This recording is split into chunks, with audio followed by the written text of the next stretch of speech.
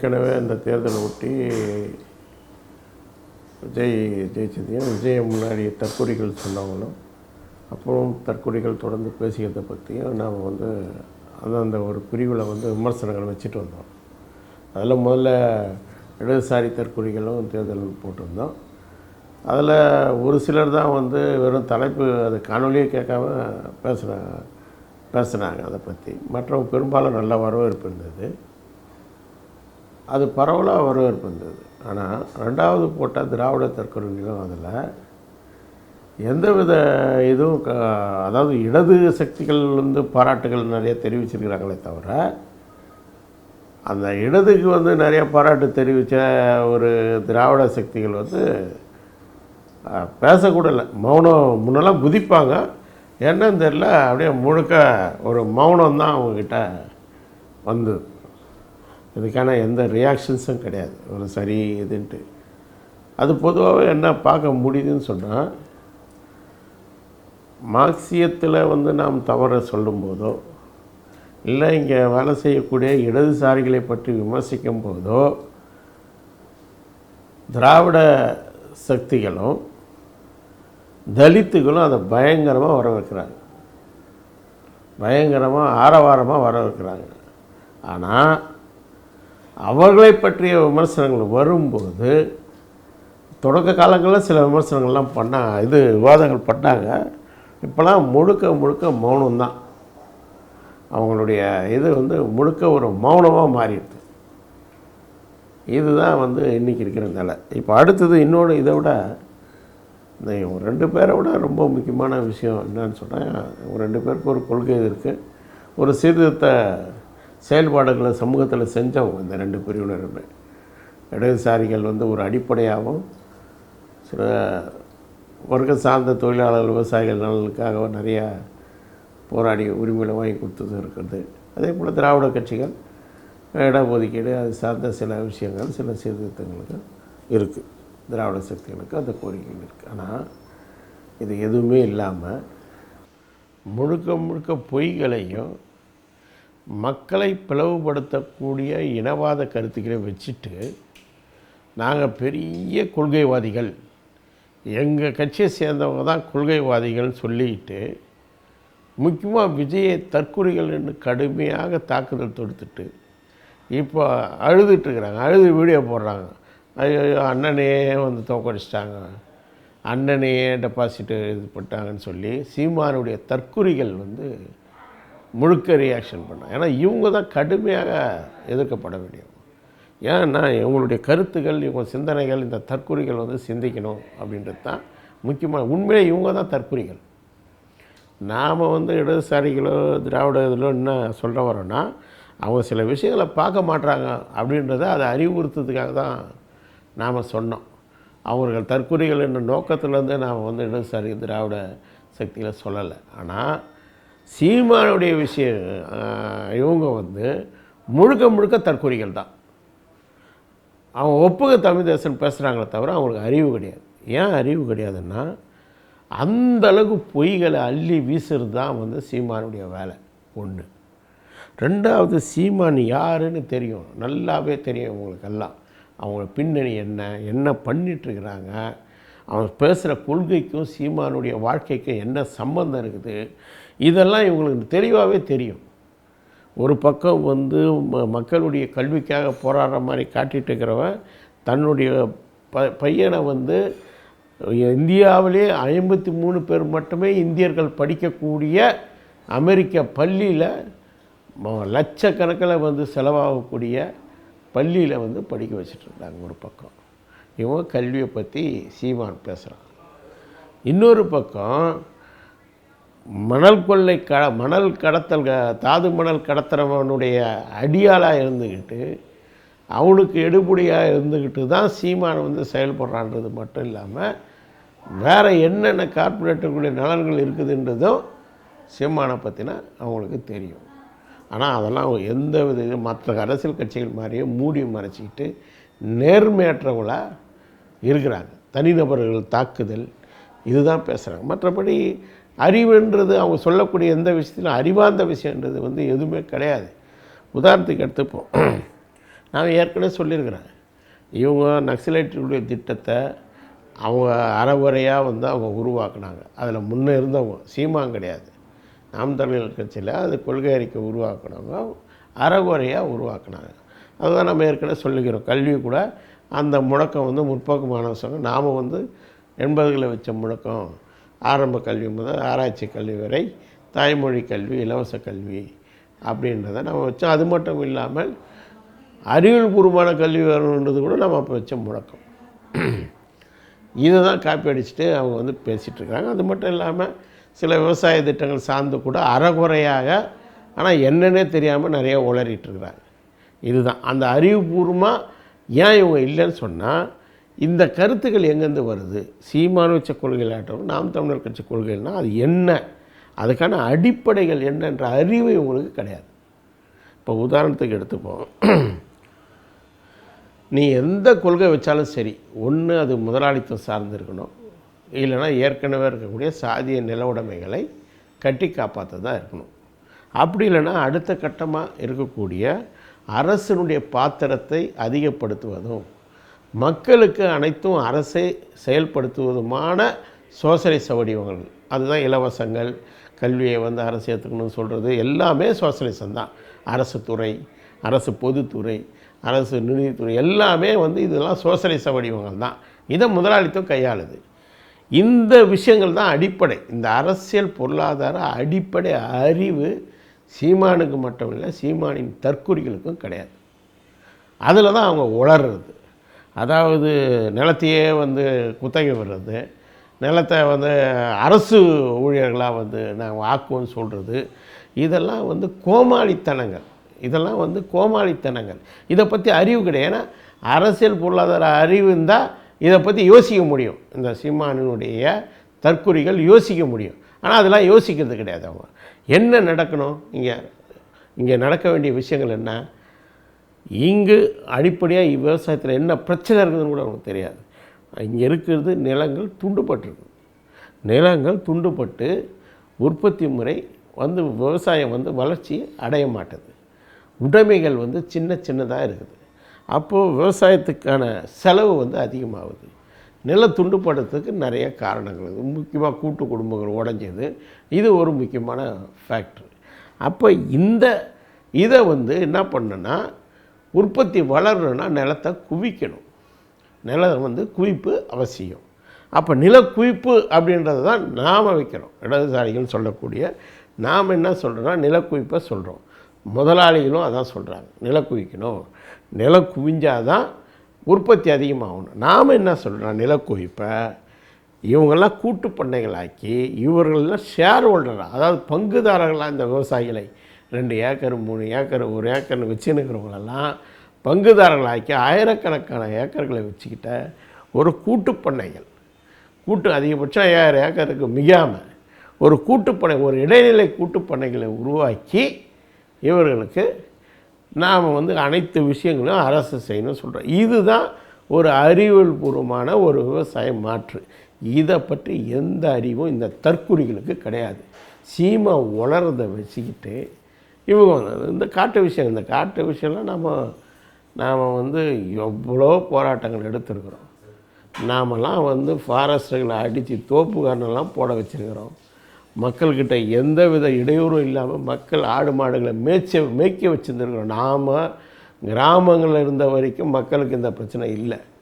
நம்ம கிராமங்களை விட்டு வந்த பிறகு தான் பிரச்சனை. ஆனால் அந்த பிரச்சனை எப்படி எடுக்கிறதுன்றது இன்னும் அவனுக்கு அதை பற்றின இது கிடையாது. ஷோ தான். விஜய் எப்படி ஷோ காட்டுற மாதிரி மரத்தை பிடிச்சிக்கிறது, ஆடு மாடுகளை போகிறது, இதுதான். ஆனால் அடிப்படையாக எங்கே அங்கே தீர்க்க வேண்டிய விஷயம் என்னன்றதை இது இல்லை.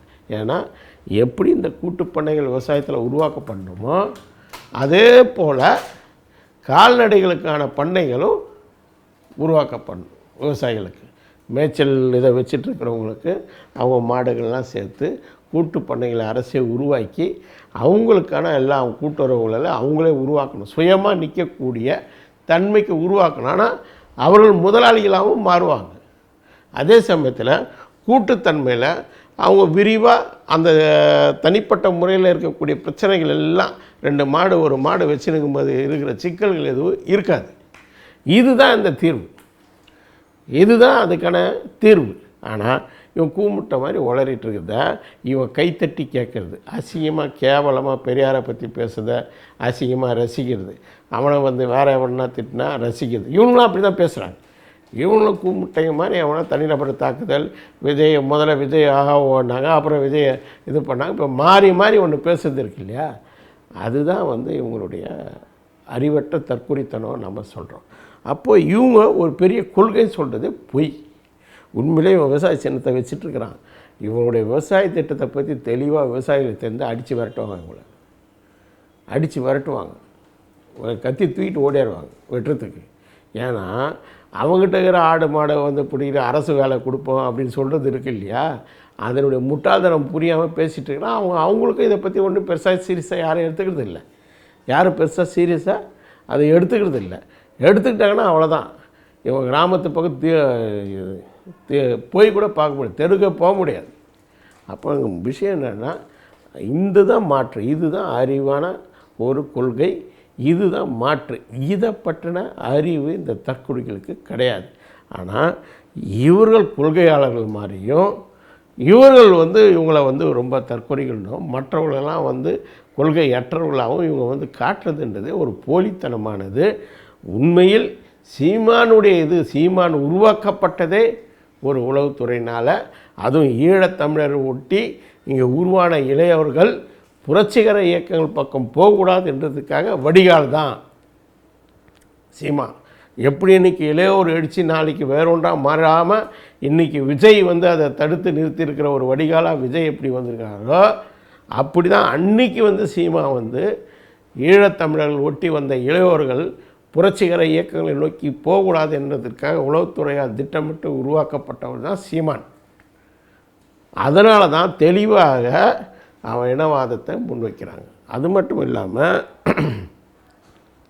இந்த திராவிடன்னு பேசக்கூடிய இந்த திராவிட கட்சிகள் அவங்க தமிழ்நாட்டை, அதாவது பிராந்தியத்தை, மாநிலங்களை ஒரு மையமாக வச்சு ஒரு சந்தையையும் ஒரு அதிகாரத்தையும் எப்பவுமே பிரச்சனை பண்ணிக்கிட்டே இருக்கிறாங்க.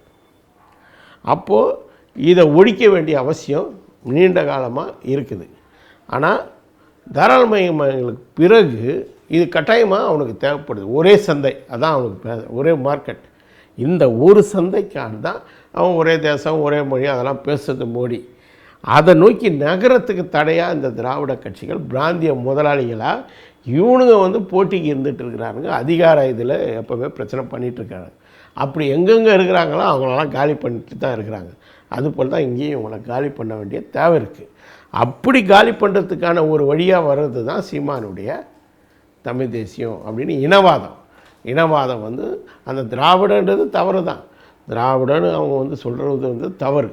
ஆனால் அந்த தவறை இவங்க பிடிச்சிக்கிட்டு அதை திசை திருப்பி வேறொரு முதலாளிகள் நலன் இருக்குது, இவங்களுக்கு பின்னணியாக கிடையாது, வேறொரு முதலாளிகள் நலன் இருக்குது, அவங்களுக்கு நேரடியாக இந்திய பெரும் முதலாளிகளோட வந்து உறவுகள் இருக்குது.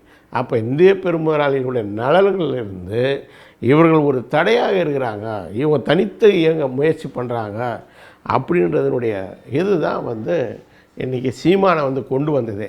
அப்போ சீமான் தனக்கேற்ற அறிவிலிருந்து அவன் உளறி கொண்டு இருக்கிறது தான் சீமானுடைய கொள்கைகள். இந்த உளறலை கொள்கைகள் சொல்லிகிட்டு இருக்கிறது தான் இந்த தற்குறிகள். நியாயமாக நிதானமாக போய் படிங்க. ஃபஸ்ட்டு சீமானுடைய இவங்க தமிழ் தேசியம்னா என்ன படிங்க. அதுக்கு ஒரு பெரிய வரலாறு இருக்குது, பெரிய வரலாறு. அது 20கள்லேருந்து தொடங்குது. 20களில் சோவியத் ரஷ்யா புரட்சிக்கு அப்புறம் இங்கே இருக்கிற கம்யூனிஸ்ட் கட்சிகள் தேசிய சூழ்நிலை உரிமையுடன் கூடிய ஒரு கூட்டரசு இல்லை யூனியன் தான் தேவைன்றதை முன்வைக்கிறாங்க. இதனுடைய பாதிப்புகளுடைய விளைவாக தான் காங்கிரஸ் கமிட்டிகள் கூட தனித்தனியாக கட்டுறாங்க. அது மட்டும் இல்லாமல் அதை ஒட்டி ஒரு குட்டிமொழியாத்த வர்க்கம் வந்து இந்திய துணை கண்டம் பிரிட்டிஷ் இந்தியாவில் வந்து படித்து வரும்போது அவங்க வந்து மொழி சார்ந்த சில விஷயங்கள் வந்து நிறைய பத்திரிகைகள்லாம் வரும்போது தேசிய உணர்வுகள் கிளம்புது. அந்த தேசிய உணர்வுகள் கிளம்பி தான் அது ஒரு இந்திய எதிர்ப்பு போராட்டமாக மாறி தமிழ்நாடு தமிழருக்கு என்ற முழக்கம் வந்து பெரியார் தமிழரசு ஆர்வலர்களை முன்வைக்கிறாங்க. இது போல் பெங்கால், பஞ்சாப் அதெல்லாம் வந்து நடந்துட்டு இருக்குது. இதனுடைய வளர்ச்சி தான். இது வளர்ச்சி மட்டும் இல்லாமல் இங்கேயே என்ன பண்ணுறாங்கன்னு சொன்னால், சுதந்திரத்திற்கு முன்னாடி கம்யூனிஸ்ட் கட்சி 42 எத்தனை பேர் கொடுக்குறாங்க தேசிய சுயநிர்மை. தேசிய சுயநிர்மைனா ஒவ்வொரு இவங்களும் வந்து தேசிய இனங்களும் குடியரசுகளை அமைத்துக் கொள்வது. சோவியத் மாதிரி தனி குடியரசுகளை அமைத்துக் கொள்வது, பிரிந்து போக உரிமையுடன் குடியரசுகளை அமைத்துக் கொள்வது எங்கே யூனியன் ஒன்றியத்தில் இருக்கிறதுன்றது தான் 42 கம்யூனிஸ்ட் கட்சி கொடுக்கக்கூடிய மனு. அந்த குழு ஒன்று வருது, அந்த குழுக்கிட்ட கொடுக்குறாங்க. அதே போல் அதே சமயத்தில் தமிழ்நாட்டை சேர்ந்த தலைவர்கள் எல்லோரும் கையெழுத்து போட்டு இதே தேசிய சூழ்நிலை அடிப்படையில் மனுவை கொடுக்குறாங்க. ஆனால் நேருவும் மௌலானா அப்துல் கலாம் ஆசாத்தும் வாக்குறுதி தராங்க. சுதந்திரம் அடைந்த பிறகு நாம் செல்ஃப் டிட்டர்மினேஷன் அடிப்படையில் குடியரசுகள் யூனியனை அமைப்போம் அப்படின்னு வாக்குறுதி கொடுத்து தான் சுதந்திர இதை வந்து உருவாக்குறாங்க. 47 ஆட்சி அதிகாரத்தை கைப்பற்றுறாங்க. ஆட்சி அதிகாரத்தில் கம்யூனிஸ்டுகளுக்கு பங்கு தரலை. எல்லா கட்சிகளையும் சேர்க்குறாங்க. அவன் கொடுக்குறதே அதுக்கு தான். ஏன் வந்து நேரு காங்கிரஸ் கிட்ட கொடுக்குறான்னு சொன்னால், பிரிட்டிஷு மிலிட்ரியினுடைய எழுச்சி வருது. கப்பல் படை எழுச்சி மட்டும் இல்லை, மிலிட்ரியுடைய எழுச்சி வருது. அப்போல்லாம் அந்த கப்பல் எழுச்சி, மிலிட்ரி எழுச்சியிலலாம் எல்லா இடத்துலையும் 3 கொடிகள் பறக்கும். 3 கொடிகள் எல்லா எழுச்சியிலும் பறக்கும். ஒன்று முஸ்லீம் லீக், இன்னொன்று காங்கிரஸு, இன்னொன்று கம்யூனிஸ்டுகள் கொள்கை. அப்போது இது மக்களால் தூக்கி அடிக்கப்படும் போது கம்யூனிஸ்டுகள் அதிகாரத்தில் வருவாங்கன்ற ஒரே காரணத்துக்காக பிரிட்டிஷ் என்ன பண்ணுறான்னா, இராணுவத்தால் நாம் தூக்கி அடித்து வந்தால் அது கம்யூனிஸ்டுகளுக்கு வந்து சாதகமாக போகும்னு சொல்லி தான் அவன் என்ன பண்ணுறான், காங்கிரஸ் கிட்ட கொடுக்குறான். அப்போ காங்கிரஸ் இந்த உறுதிமொழியை கொடுத்து தான் அவன் அதிகாரத்துக்கு வராங்க. இதுதான் ஃபஸ்ட்டு அவங்கள நம்பி இலங்கையில் எப்படி நம்பி ஏமாந்தாங்களோ, இலங்கையிலே இப்படி வாக்குறுதி கொடுத்து தான் அங்கே அமைக்கிறாங்க. அதே போல் தான் இங்கேயும் வந்து வாக்குறுதி கம்யூனிஸ்டுகளுக்கு கொடுக்குறாங்க. கொடுத்து தான் அதை வந்து அமைக்கிறாங்க.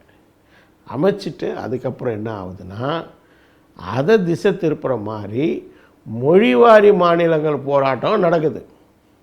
இந்த மொழிவாரி மாநில போராட்டம் என்பது தேசிய சுயநிர்ணய உரிமையை கோரிக்கையை காயடித்து அதை திசை திருப்பி இந்த இந்திய பெருமுதலாளி அதிகார கட்டமைப்புக்குள் தேசிய இனங்களை சிறைக்கூடமாக மாற்றியது தான் மொழிவாரி மாநில கோரிக்கை. அதனுடைய முதல் ஏஜென்ட்டு தான் துரோகி மாம்போசி. அன்னிலேருந்து ஈழப்பிரச்சனை கடைசி வரைக்கும் அவன் துரோகம் தான் பண்ணான். அவன் எப்பவும் இந்தியாவுடைய ஏஜெண்ட்டாக தான் மாப்போசி செயல்பட்டுறது. அந்த மாப்போசியை தான் இவங்க வந்து தூக்கி பிடிக்கிறாங்க. அந்த மாப்போசியை தூக்கி பிடிக்கிறாங்க. நாம் தமிழர் கட்சியை ஆதரித்த ஆதித்தனாருடைய தேசிய கொள்கையை, தமிழ் தேசிய கொள்கையை சீமான் உயர்த்தி பிடிக்கவில்லை.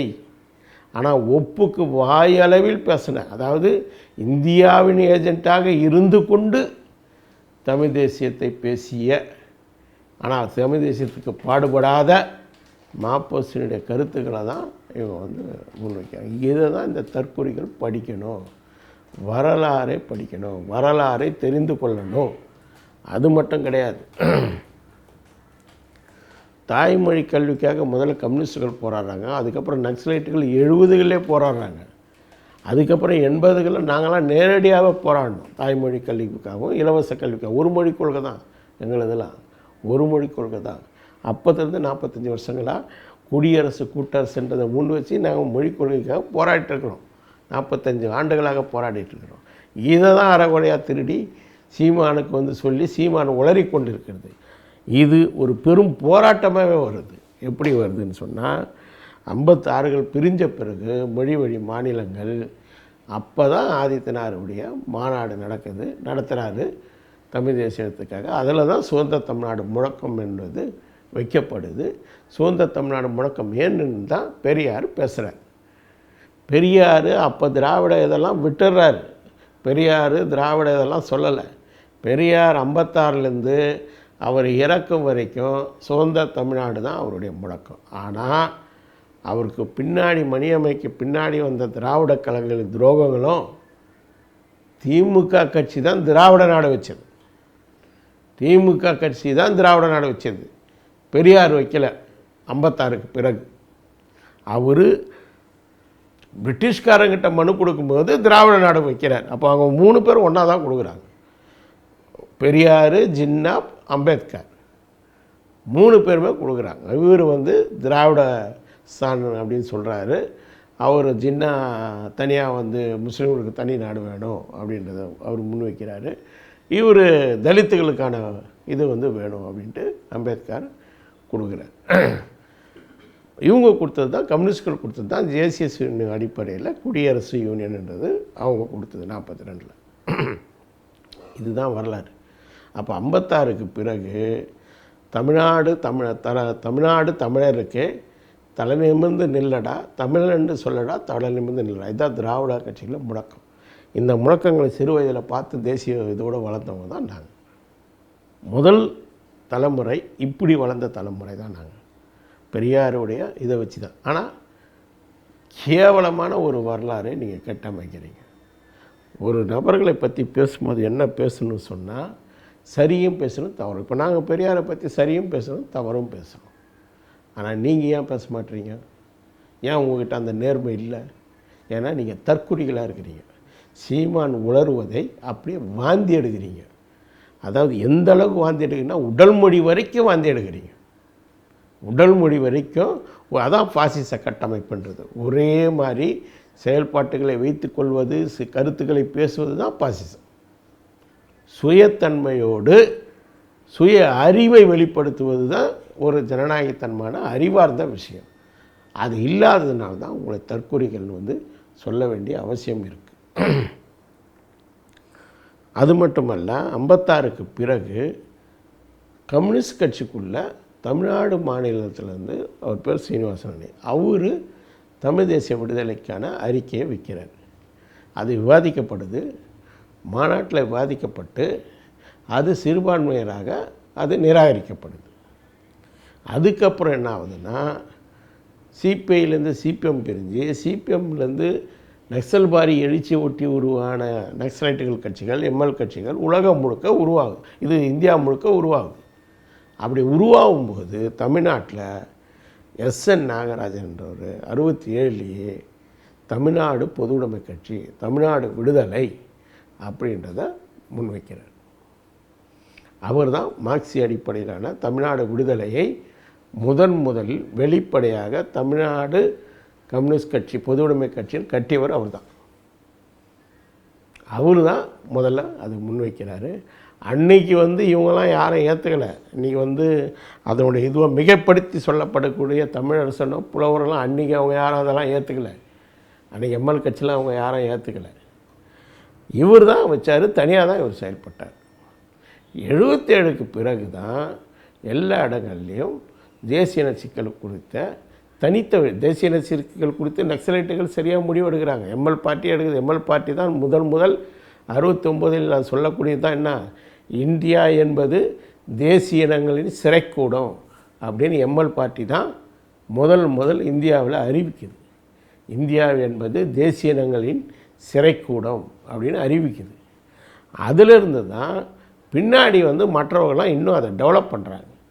டெவலப் பண்ணும்போது தான் 81ல் கொண்டப்பள்ளி சீத்தாராமையா, அதாவது மக்கள் யுத்த கட்சி, அவங்க தான் ஃபஸ்ட்டு என்ன வைக்கிறாங்கன்னா குடியரசு கூட்டரசு.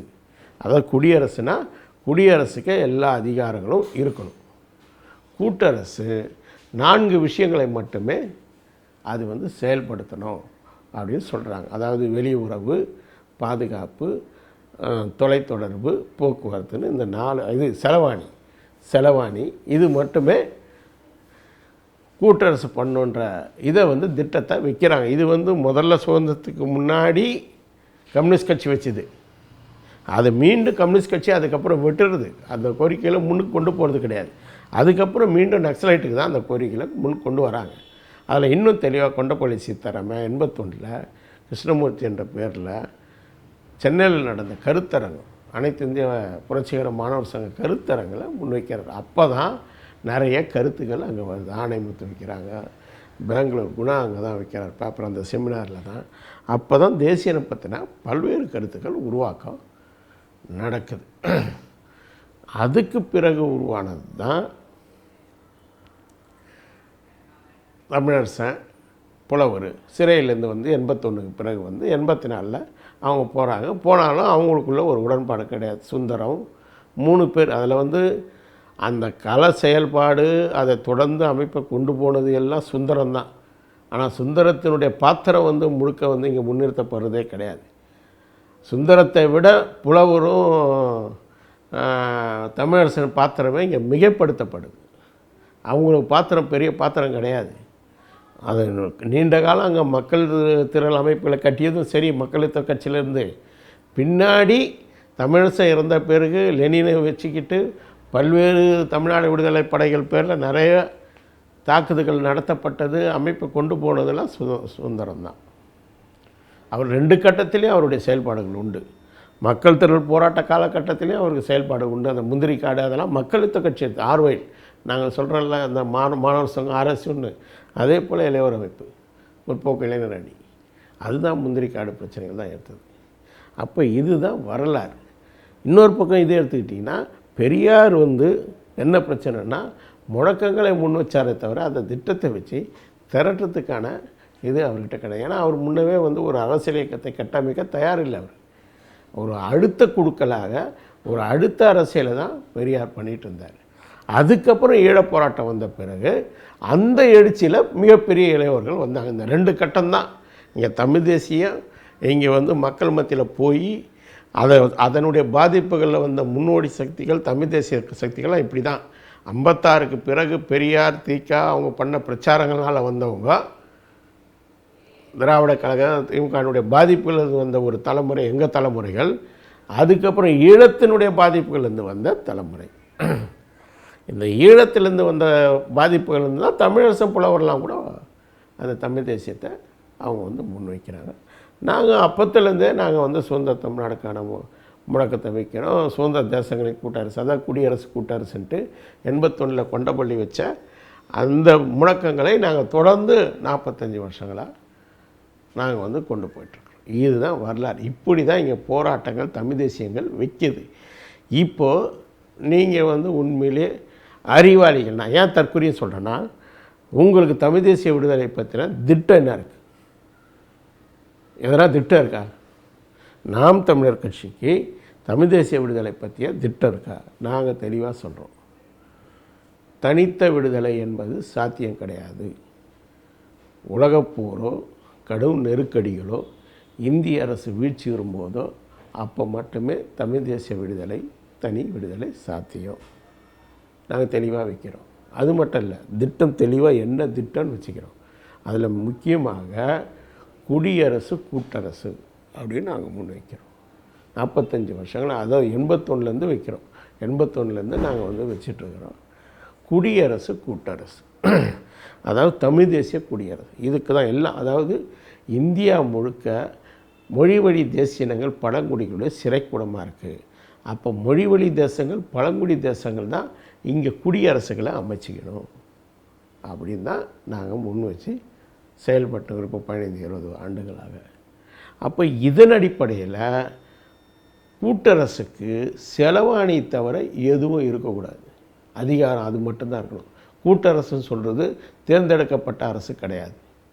எல்லா தேசியனங்கள் பழங்குடிகளுடைய பிரதிநிதிகள் அங்கே சமமாக பங்கு பெறுவாங்க. அவ்வளோதான். சமமாக பங்கு, ஒரு 3 பிரதிநிதியோ 5 பிரதிநிதியோ ஒவ்வொருத்தருக்கும் இருக்கும். அவ்வளோதான். அந்த ஒரு அவை தான் அது இந்த அந்நிய செலவாணியை கவனிக்கும்.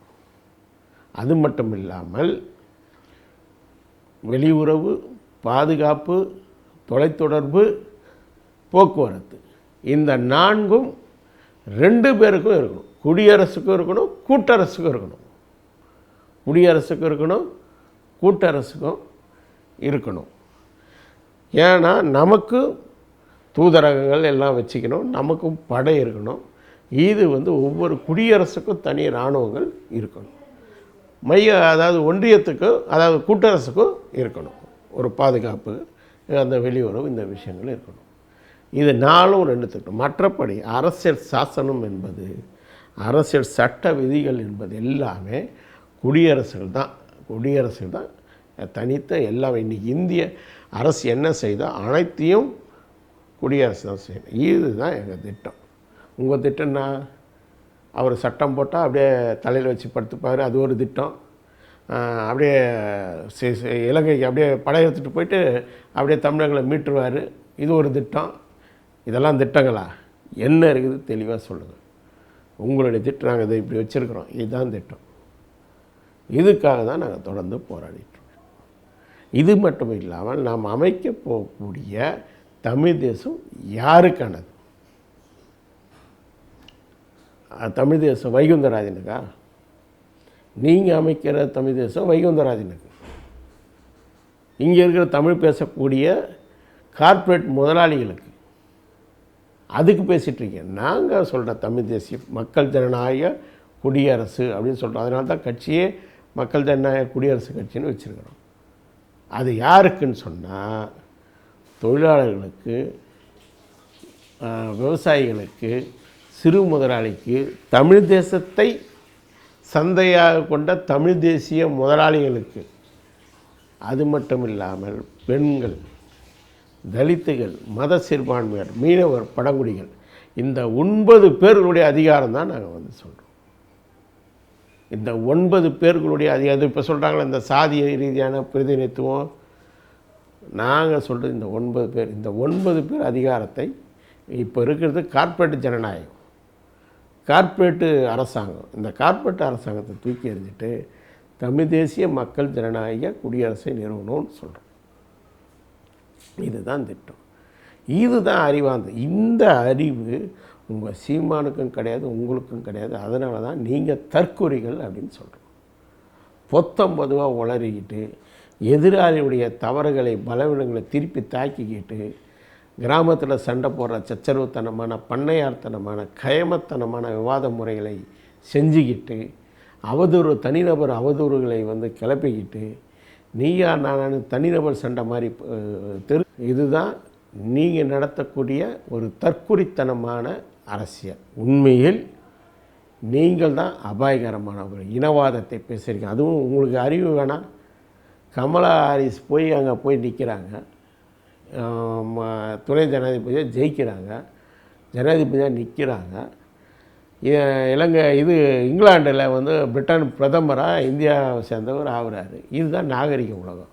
ஒருத்தன் தேர்ந்தெடுக்கப்படவும் தேர்ந்தெடுக்கவும் உரிமை தான் ஜனநாயகம். ஆனால் சீமா இங்கே வாழ உரிமை ஒன்று, ஆள உரிமை இல்லைன்னு பேசுகிறானே, அறிவு வேணால் உங்களுக்கு. நீங்களாம் அப்படியே கொள்கை அப்படியே சிரிக்கிறீங்க. அப்படியே விஜய் உங்களை பார்த்து எல்லாம் சிரிக்கிறான். ஒரு நாகரிக உணவில் காட்டு மிராண்டி சொல்லக்கூடாது. காட்டு மிராண்டிகளுடைய வாழ்க்கை மிக மிக ஜனநாயகமானது. காட்டு மிராண்டின்னு கூட உன்னை சொல்ல முடியாது. நீ ஒரு அரைத்தனமான ஒரு மனநோயாளியாக இருக்கக்கூடிய சீமானுடைய உளறல்களை நீங்கள் கேட்டுட்டுருக்கிறீங்க. ஒரு நாகரிக படித்தவன் தானே, படித்தவன் பேசிக்கிறீங்க, பீத்திக்கிறீங்க. உலகத்தில் ஜனநாயகம்னா என்ன? குடியுரிமை பெற்றவனுக்கு எல்லாம் உரிமை இருக்குதா இல்லையா? நம்ம நாட்டு சட்டப்படி 11 ஆண்டுகள் இருந்தால் குடியுரிமை, அவனுக்கு எல்லாம் இருக்குதா இல்லையா சொல்லுங்கள். இன்னொன்று தேசியம்னா என்னன்னு தெரியுது, அதை பற்றின அறிவும் கிடையாது. தேசியம்னா என்னன்னு முதல்ல போய் படிங்க. தேசியம் என்பது முதலாளி சந்தையில் கண்டெடுத்த குழந்தை.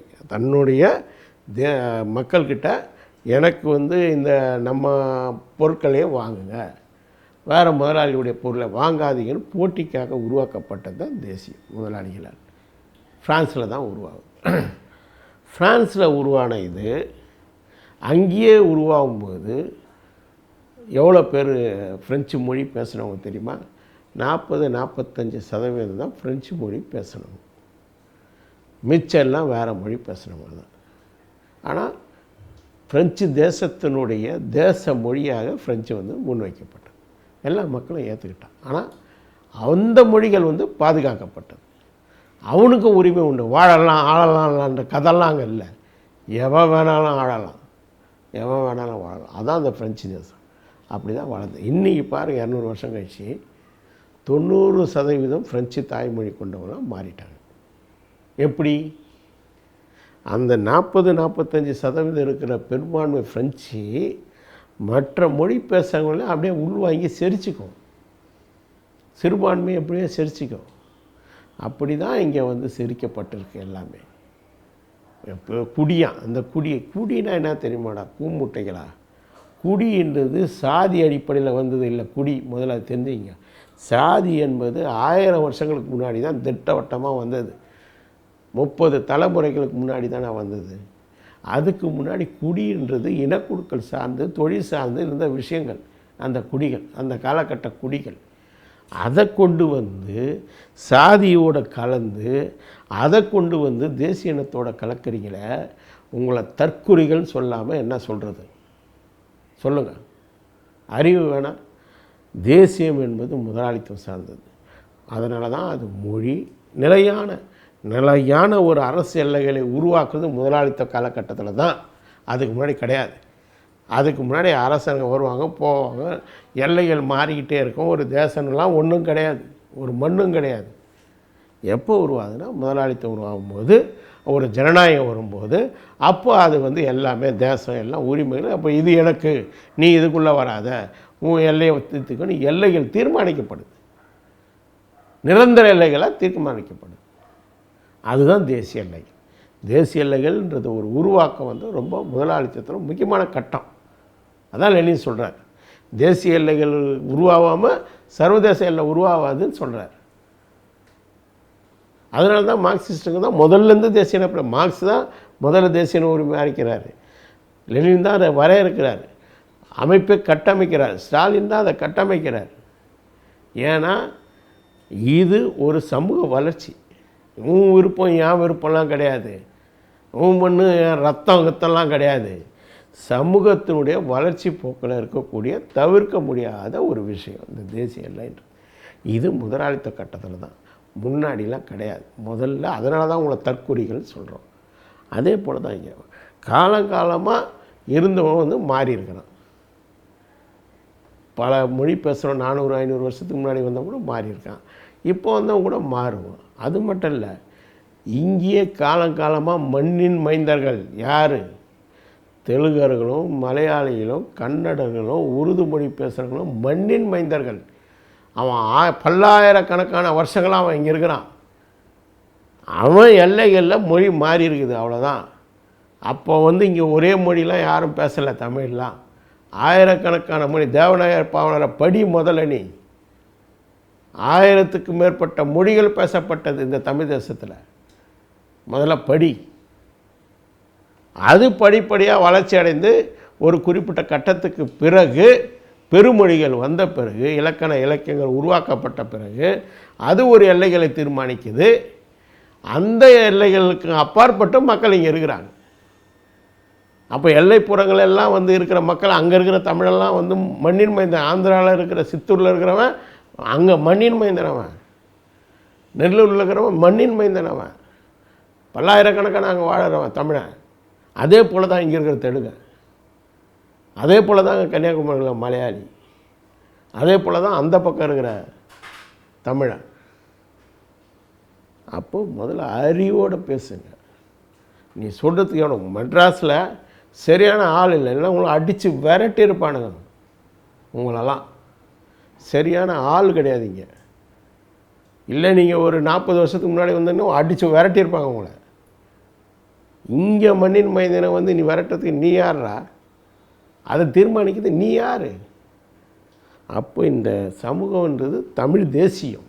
இந்த தமிழ் தேசியத்தில் மண்ணின் மைந்தர்களாகவே பல்லாயிரக்கணக்கான மக்கள், மண்ணின் மைந்தர்களாக பல்லாயிரக்கணக்கான மக்கள் வாழ்ந்துட்டு வந்திருக்கிறாங்க, ஆண்டுகளாக வாழ்ந்துட்டு வந்திருக்கிறாங்க. அதில் அவங்க பல்வேறு மொழிகளை மாறி இருக்கிறாங்க. அப்படி தமிழ் தேசத்தில் பெரும்பான்மை மொழி தமிழ். தமிழ் தேசத்தினுடைய மொழி தமிழ்.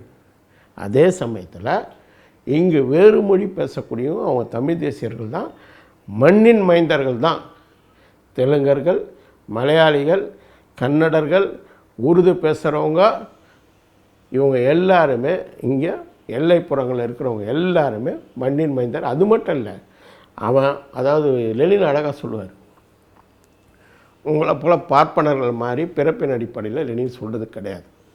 ஒருத்தன் சிந்தனையிலும் செயலிலும் எந்த மொழியை கையாளுறானோ அதான் தாய்மொழி. லெனினுடைய வரையறை தான். பிறப்பின் அடிப்படையில் கிடையாது. மொழி என்பது பிறப்பின் அடிப்படையில் தீர்மானிக்கிறது கிடையாது. தாய்மொழி என்பது அவன் சிந்தனையிலும் நடைமுறையிலும் எந்த மொழியை கையாளுகிறானோ அதுதான் அவனுடைய தாய்மொழி. இதுதான் முக்கியம். இதுதான் அடிப்படை. அப்போ இங்கே முன்னாடி அதை அவங்க முதல் தலைமுறைகள் இருக்கும், அப்புறம் மறந்துட்டுருப்பாங்க. இல்லை சில இவங்களெல்லாம் எடுத்துப்போம், அவங்களாம் 400-500 வருஷங்களுக்கு முன்னாடி வந்தவங்க சிலர் அதில் முற்றிலும் தெலுங்குகளெல்லாம் மறந்துட்டு தமிழாக மாறிட்டாங்க, அது வேறு. சிலர் இன்னும் கூட 50 சொற்கள் 100 சொற்கள் தான் கையாளுறாங்க. அவங்க பேசுகிறத தெலுங்கோ இல்லை சௌராஷ்டிராவோ அதுவோ அவங்க பெரும்பான்மை பேசக்கூடிய அந்த மக்களுக்கு புரியவே புரியாது. அவங்க பேசுறது இவங்களுக்கு புரியவே புரியாது. எப்படி அவங்கள போய் இது பண்ணுறீங்க? எப்படி பண்ணுறீங்க? அவங்க என்ன சொல்கிறாங்கன்றது முக்கியம். நீ யார் தீர்மானிக்கிறது? எதனா பெரிய சலுகை இருக்குதா இங்கே?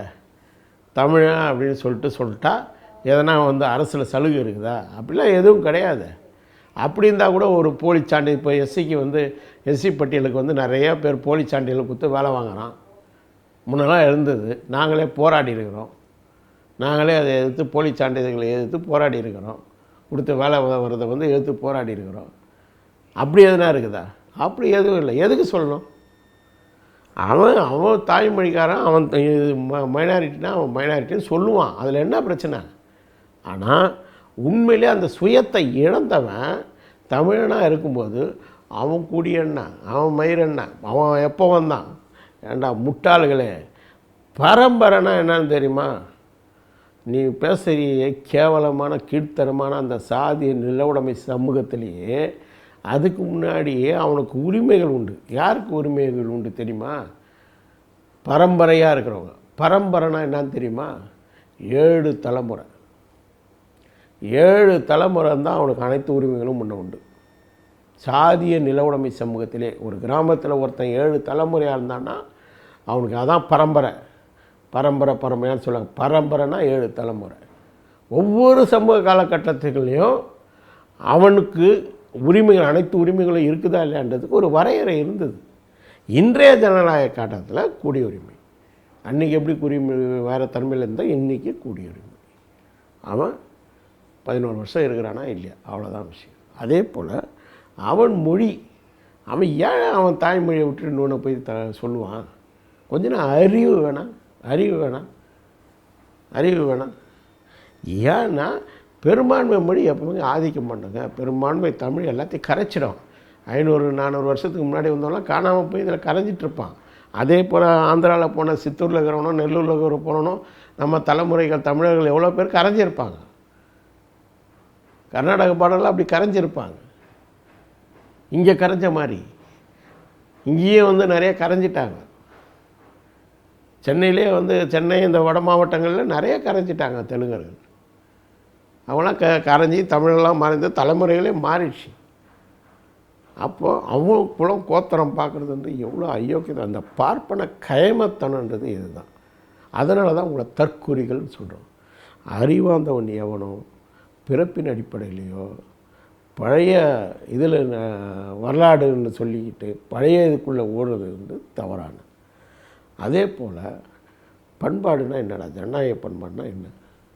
அதை பற்றி நீங்கன்னா யோசிச்சிருக்கீங்களா? உங்கள் சீமா எதனா சொல்லியிருக்கிறாரா?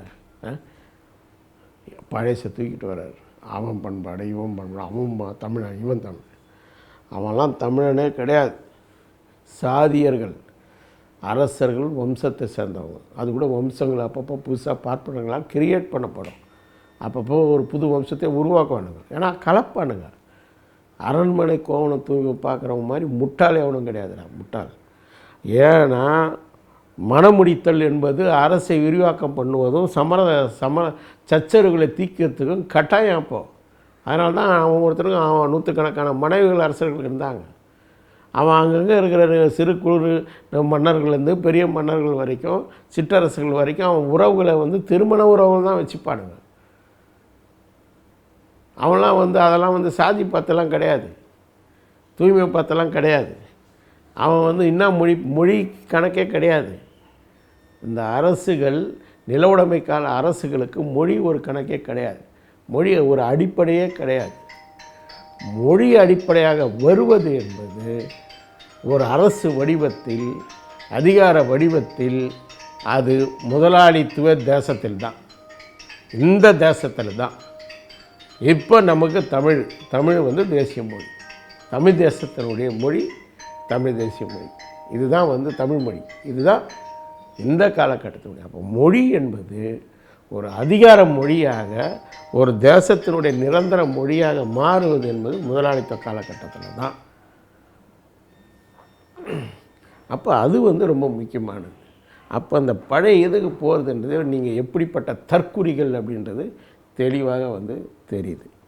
அப்போ இன்றைக்கி தேவை என்பது என்ன? ஒரு பண்பாடு, அறிவியல் பூர்வமான பண்பாடு, ஜனநாயக அணுகுமுறை, உறவுமுறை கொண்ட பண்பாடு தேவை.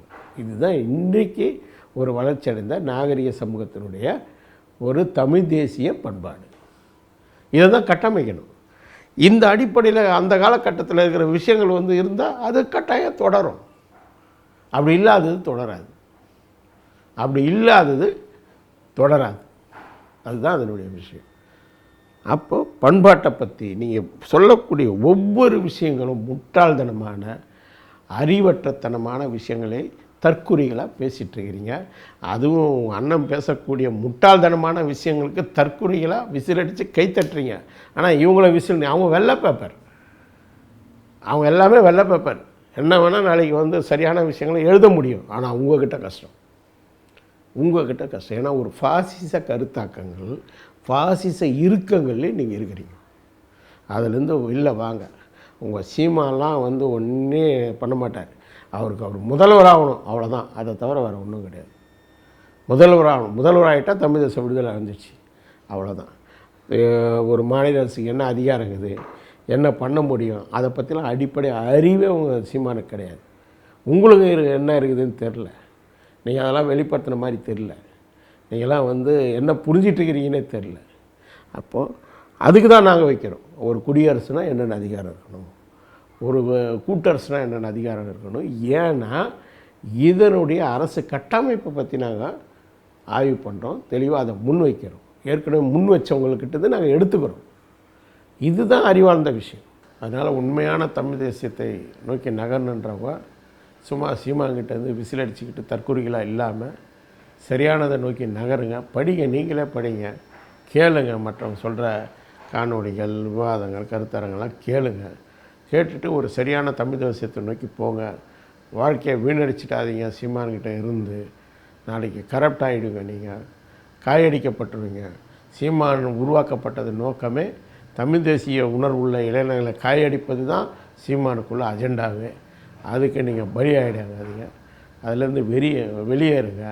நாம் உண்மையான தமிழ் தேசியத்தை படைக்கிறதுக்கு போராடுவோம். நாங்கள் தயாராக இருக்கோம். நீங்கள் அது போல் சரியான விஷயத்துக்கு போராடினீங்கன்னா உங்களோடு சேர்ந்து நாங்களும் போராட தயாராக இருக்கோம்.